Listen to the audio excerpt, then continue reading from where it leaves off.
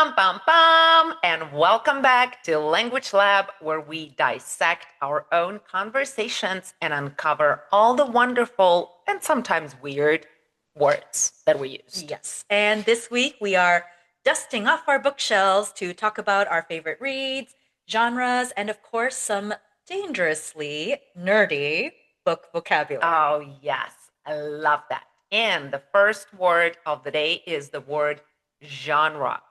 I know the pronunciation is weird. It took me forever to get used to this pronunciation. But anyway, genre is a category or a type of art, like fiction, mystery, or self help, if we're talking about the books. And basically, it's the literally version of what's your vibe? Yeah.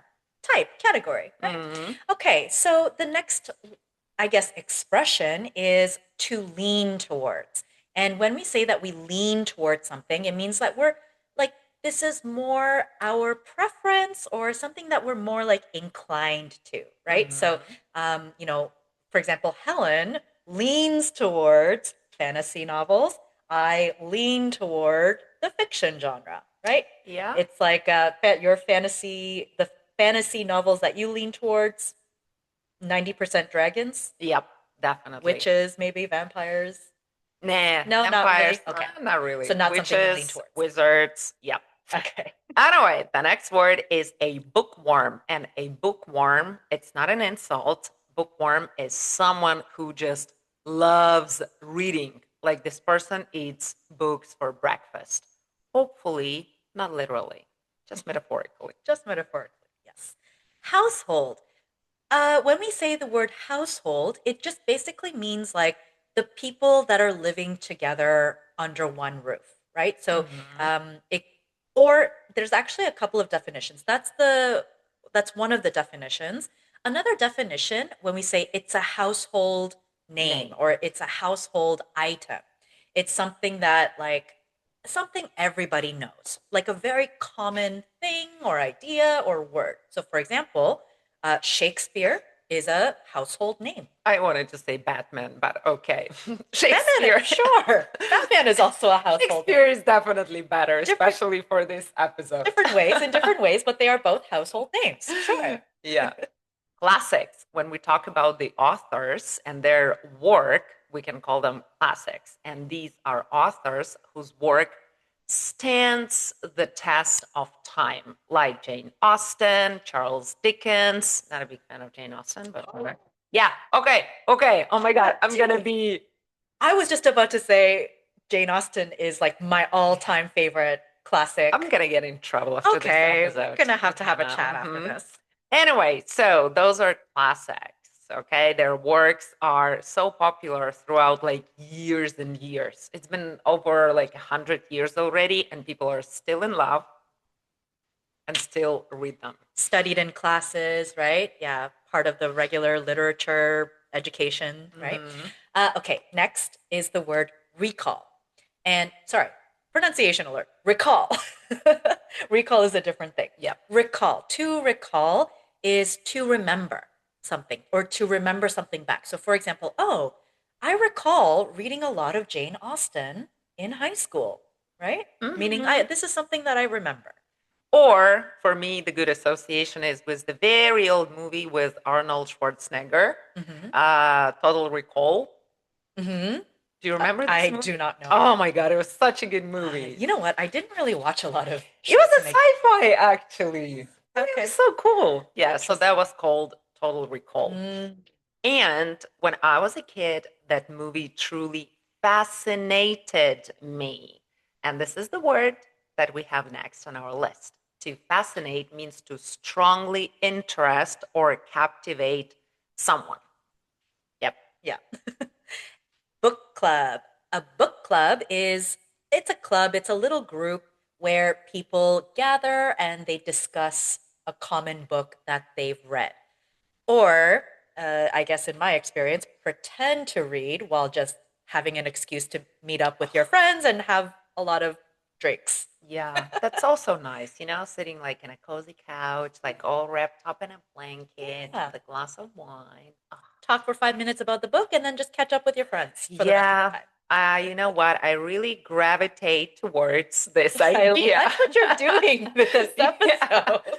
So, gravitate towards means to be naturally drawn to something. Of course, it comes from physics and from gravity that like draws you towards it. So, yeah, see, like what Hannah said about the book club and drinks, I do gravitate towards this idea. Yeah, We yeah. should do It's that. a very good idea. Hmm. Okay, so next we have the word escapism. And we actually did want to make a quick note. I Hmm. think Helen said it first I said it in first. the I mentioned episode. it first, and I said escapism. And this is And because this is because in my first languages, this is how we pronounce this word. Okay. And I did not know for whatever reason. I thought, okay, it comes from the word escape. It's an English word. Maybe it's pronounced the same. But yeah, yeah, it's my bad.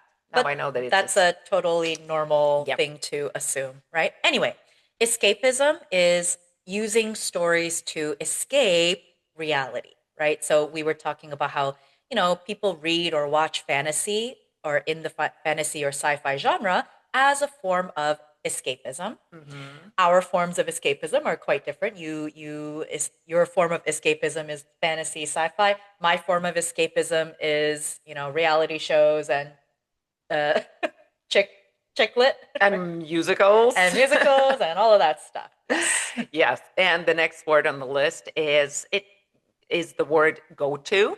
And go to means your reliable favorite. Like I'm pretty sure that Pride and Prejudice is most likely Hannah's go to comfort read. 100%. Not more so the movie Okay. than the books. Okay. The Does book. Mr. Darcy still work for you? Woo! Yes.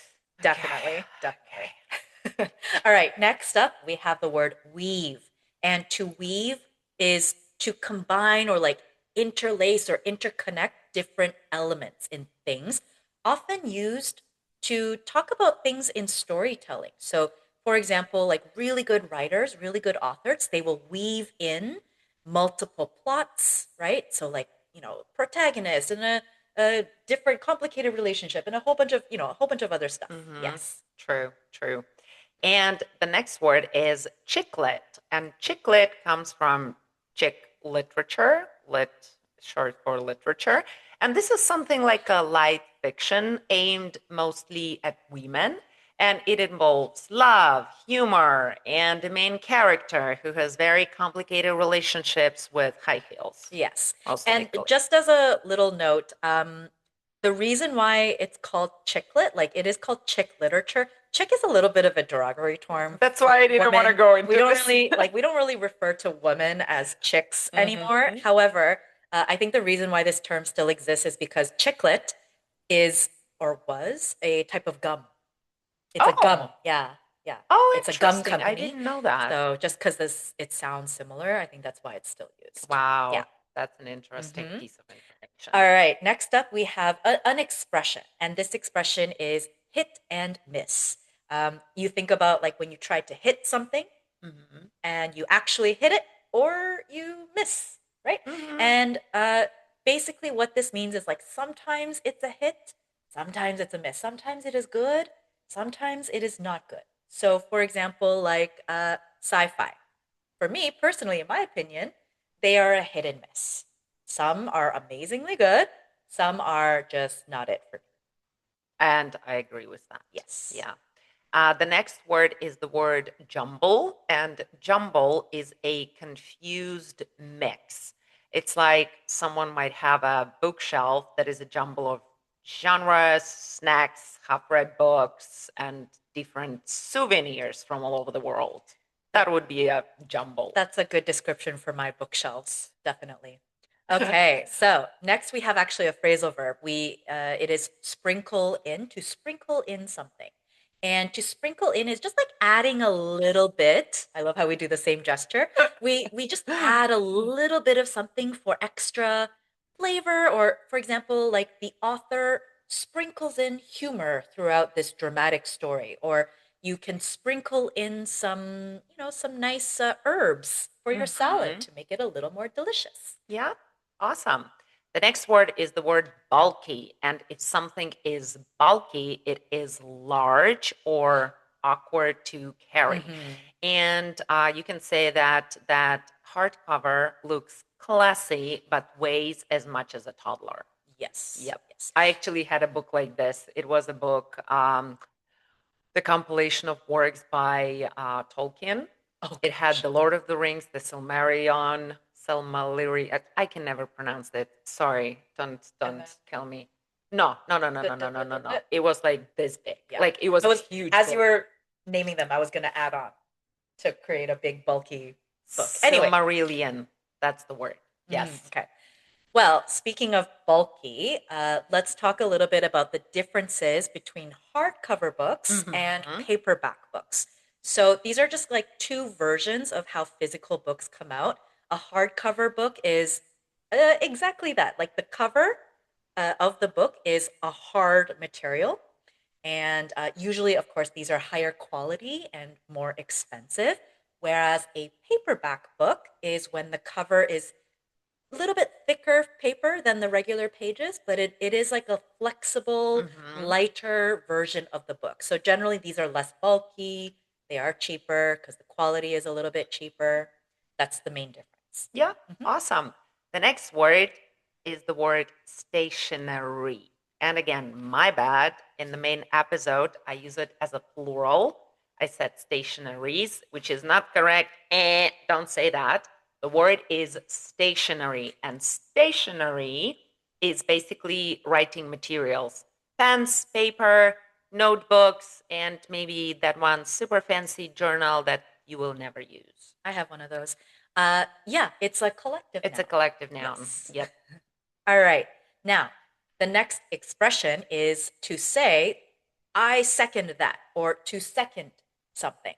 And basically, when we say, like, I second that, it means that I agree with a person's opinion. So this is like their, I guess, this is the first time they are Mm-hmm. saying the opinion, and I second that opinion, Mm-hmm. right? That's, I love this yeah, expression. it's a good expression. Yes.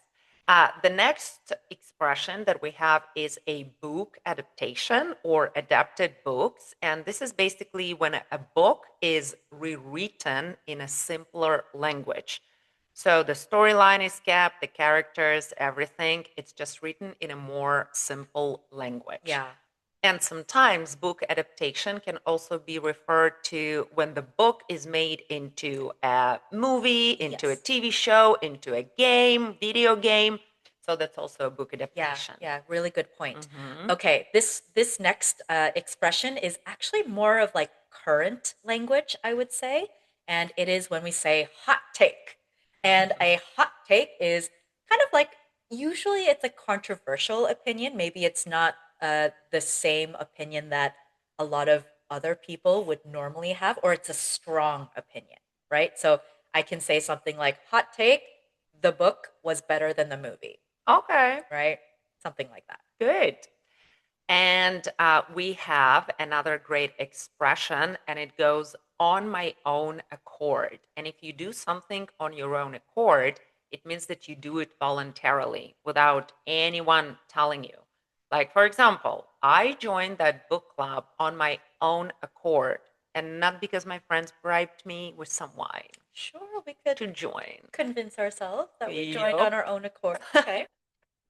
Repertoire. And repertoire is your your own personal, I guess, like collection of skills or works that you use on a regular basis. So fantasy novels are a part of Helen's reading repertoire. True. So are sci-fis. Yes. Yes. Awesome. The next word is a great one, impromptu. And if something is done impromptu, it means that you do it without preparation. We actually love doing this in the classroom with the students, something that we call impromptu speech, when we just give students the topic, like a minute to prepare whatever they want to say about this topic, and then they just go. Mhm. So it's called impromptu. Yeah, and a word that's actually related to impromptu, which is a type of comedy genre that I really love, Oh, is yes. improv comedy, where there's no Mhm. script, no plan. The comedians on a stage will just out of the top of their heads, just whatever they create on the spot. They Mhm. have to create some sort of funny skit or play or something. Improv. Yeah, love it. Omen from the book Good Omens. An omen means a sign or some sort of, yeah, something that is to come, right? So there are lots of objects that can be considered like good omens or bad omens. For example, in Harry Potter, there's a big like dog Skull. figure Oh, okay. that was The considered to be a really bad, Grim. the Grim, that was considered to be a really bad omen for Harry Yeah. Potter. And also there's a very famous horror movie, The Omen. The Omen. Yeah. That's true. Ooh, that one's crazy. Yes. The next one, it's a beautiful expression. I do not know why, but I want to say it with a French accent. The expression is chef's kiss. Yes. And this one is used to describe something perfect, like a flawless plot twist or the smell of a new book. Oh, Chef's chef's kiss. kiss. Yes. Deity is simply a deity is a god or like a divine being, right? And as we mentioned in the book Good Omens, there are a bunch of deities in the book, which makes it a fantasy novel. Mhm. The next expression is a plot twist. Ooh, and a plot twist is a sudden change in the story that shocks readers or the viewers if you're watching the movie, like finding out that the villain was the narrator all along.